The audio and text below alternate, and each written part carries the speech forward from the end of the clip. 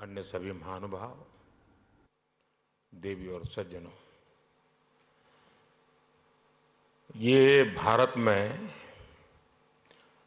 त्योहारों का मौसम है। अभी अभी जन्माष्टमी हमने मनाई है और खुशी देखिए, हमारी इकोनॉमी और हमारे मार्केट में भी उत्सव का माहौल है।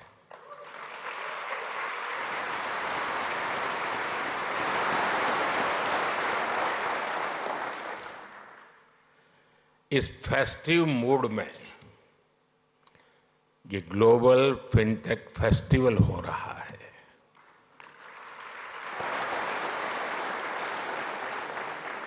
और वो भी सपनों की नगरी मुंबई में।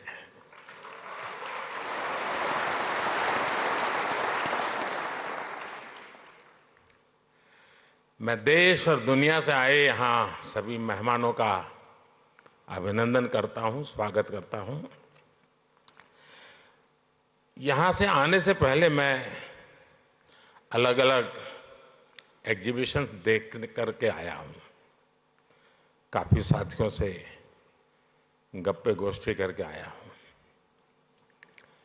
हमारे नौजवानों के इनोवेशन का और फ्यूचर की संभावनाओं का एक पूरा नया संसार वहां दिखाई दे रहा है।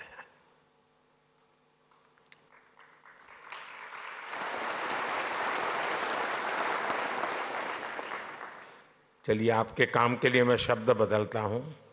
एक पूरी नई दुनिया दिखाई दे रही है।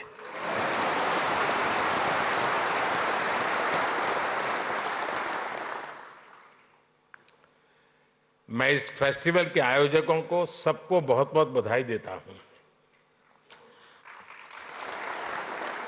साथियों, यहां बड़ी संख्या में विदेशों से हमारे मेहमान भी आए हैं।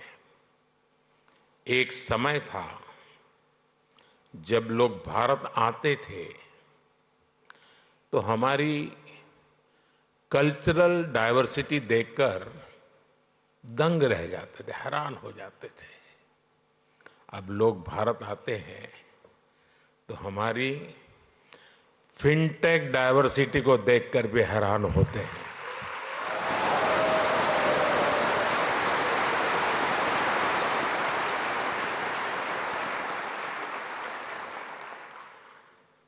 एयरपोर्ट पर लैंड करने से लेकर स्ट्रीट फूड और शॉपिंग एक्सपीरियंस तक भारत की फिनटेक क्रांति चारों तरफ दिखती है।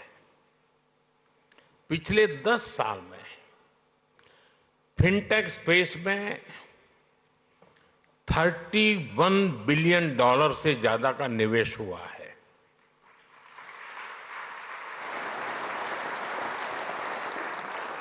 दस साल में हमारे फिनटेक स्टार्टअप्स में 500% वृद्धि हुई है।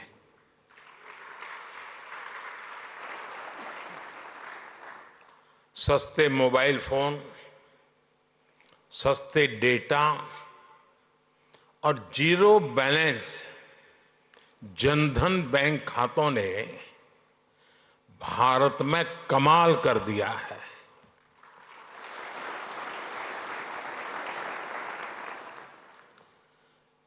आपको याद होगा, कुछ लोग पहले पूछते थे, पार्लियामेंट में खड़े होकर के पूछते थे और अपने आप को बहुत विद्वान मानने वाले लोग पूछते थे।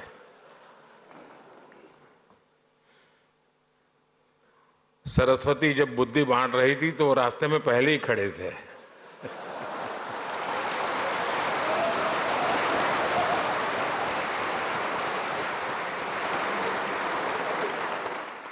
और क्या कहते थे? वो पूछते थे कि भारत में बैंक इतनी ब्रांचेज नहीं है, गांव-गांव बैंक अवेलेबल नहीं है, इंटरनेट नहीं है।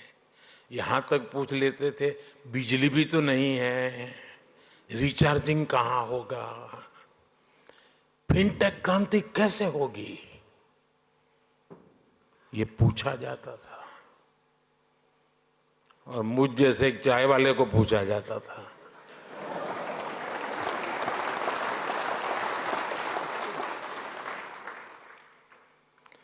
लेकिन आज देखिए, एक दशक में ही भारत में ब्रॉडबैंड यूजर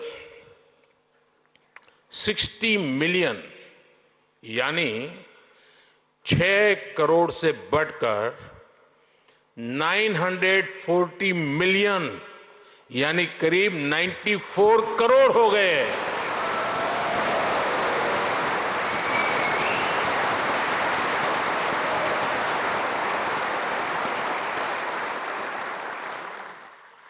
आज 18 वर्ष से ऊपर का शायद ही कोई भारतीय हो जिसके पास उसकी डिजिटल आइडेंटिटी आधार कार्ड नहीं है। आज 530 मिलियन यानी 53 करोड़ से अधिक लोगों के पास जनधन बैंक खाते हो गए हैं। यानी 10 साल में हमने एक प्रकार से पूरी यूरोपियन यूनियन के बराबर आबादी को बैंकिंग सिस्टम से जोड़ा है।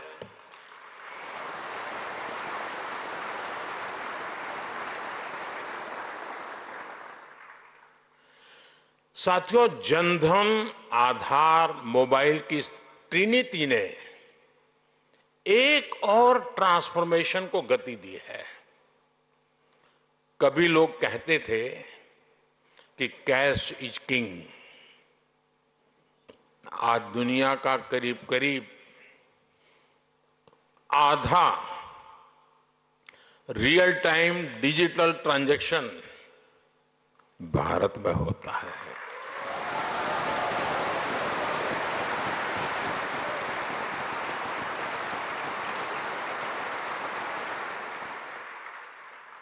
पूरी दुनिया में भारत का यूपीआई फिनटेक का बहुत बड़ा उदाहरण बन गया है।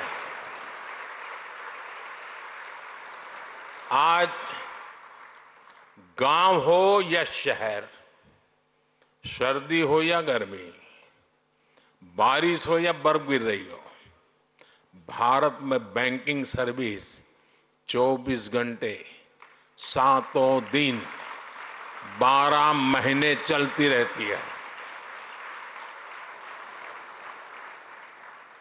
कोरोना के इतने बड़े संकट के दौरान भी भारत दुनिया के उन देशों में था जहां हमारी बैंकिंग सर्विस बिना किसी दिक्कत के चलती रही।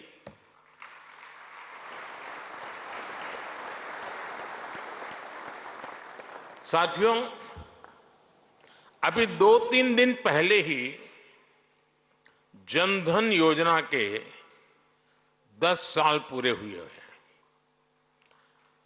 जनधन योजना विमेन एम्पावरमेंट का बहुत बड़ा माध्यम बनी है। जनधन योजना के चलते करीब 290 मिलियन यानी 29 करोड़ से ज्यादा महिलाओं के बैंक खाते खुले हैं। इन खातों में महिलाओं के लिए सेविंग्स और इन्वेस्टमेंट्स के लिए नए अवसर बनाए हैं। इन्हीं जनधन खातों की फिलॉसफी पर हमने माइक्रो फाइनेंस की सबसे बड़ी स्कीम मुद्रा लॉन्च की। इस स्कीम से अभी तक 27 ट्रिलियन रुपए से अधिक का क्रेडिट दिया जा चुका है। 27 ट्रिलियन। इस स्कीम की करीब 70% बेनिफिशियरी महिलाएं हैं।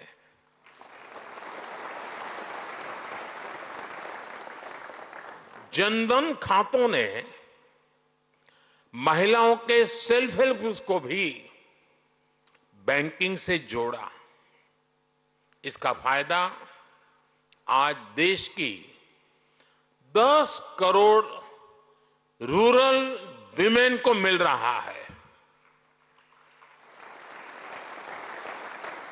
यानी जनधन प्रोग्राम ने महिलाओं के फाइनेंशियल एम्पावरमेंट की एक मजबूत नींव रखी है।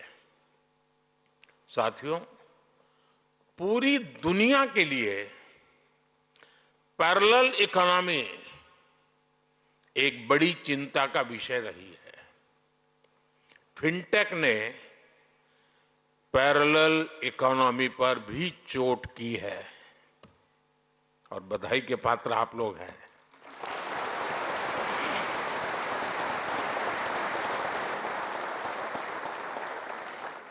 आपने ये भी देखा है कि कैसे हम भारत में डिजिटल टेक्नोलॉजी से ट्रांसपेरेंसी लेकर आए हैं। आज सरकार की सैकड़ों स्कीम्स के तहत डायरेक्ट बेनिफिट ट्रांसफर किया जाता है। इसमें सिस्टम से लीकेज बंद हुई है। आज लोगों को फॉर्मल सिस्टम से जुड़ने में अपना लाभ नजर आता है।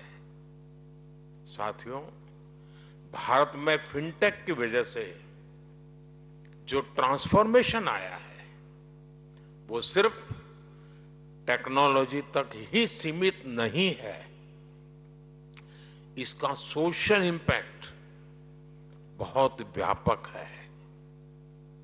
इससे गांव और शहर की खाई को ब्रीच करने में मदद मिली है। कभी हमारे यहां बैंक की सर्विस लेने में ही एक पूरा दिन लग जाता था। एक किसान के लिए, एक मछुआरे के लिए, एक मिडिल क्लास परिवार के लिए ये बहुत बड़ी मुसीबत थी। फिनटेक ने इस समस्या को दूर किया। कभी बैंक सिर्फ एक बिल्डिंग तक सीमित हुआ करते थे, आज बैंक हर भारतीय के मोबाइल में सिमट गए हैं।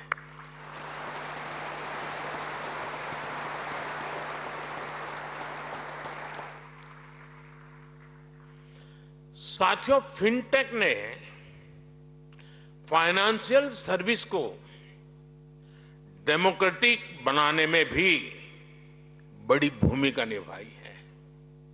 Loan, credit card, investment, insurance जैसे प्रोडक्ट सबके लिए आसानी से सुलभ हो रहे हैं। फिनटेक ने एक्सेस टू क्रेडिट को भी आसान और इंक्लूसिव बना दिया है।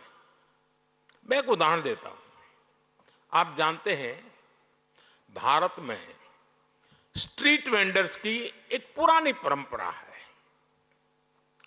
लेकिन वो फॉर्मल बैंकिंग से बाहर थे। फिनटेक ने इस स्थिति को भी बदल दिया।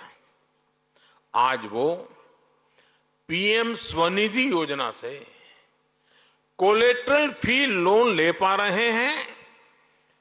डिजिटल ट्रांजैक्शन रिकॉर्ड के आधार पर उनको बिजनेस बढ़ाने के लिए और लोन मिलता रहता है। कभी शेयर और म्यूचुअल फंड जैसे प्रोडक्ट में इन्वेस्टमेंट बड़े शहरों में ही संभव था। आज गांव और कस्बों में भी इन्वेस्टमेंट के इस एवेन्यू को बड़ी संख्या में एक्सप्लोर किया जा रहा है। आज कुछ ही मिनटों में घर बैठे ही डीमैट अकाउंट खुल रहे हैं, इन्वेस्टमेंट रिपोर्ट्स ऑनलाइन मिल रही है। आज बड़ी संख्या में भारतीय रिमोट हेल्थ केयर सर्विस ले रहे हैं, डिजिटली ऑनलाइन पढ़ाई कर रहे हैं, स्किल्स सीख रहे हैं। ये भी फिनटेक के बिना संभव नहीं था।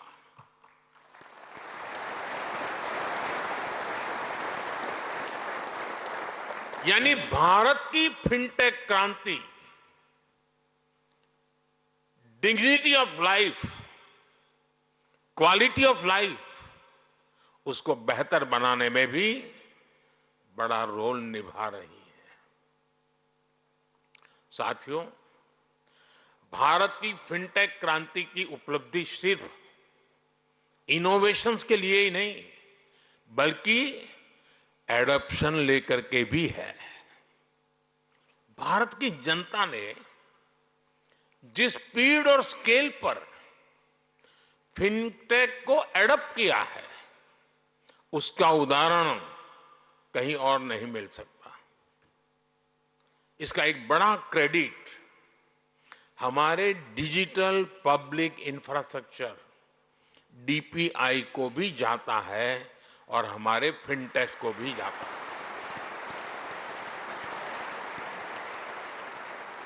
देश में इस टेक्नोलॉजी को लेकर ट्रस्ट पैदा करने के लिए अद्भुत इनोवेशन किए गए हैं।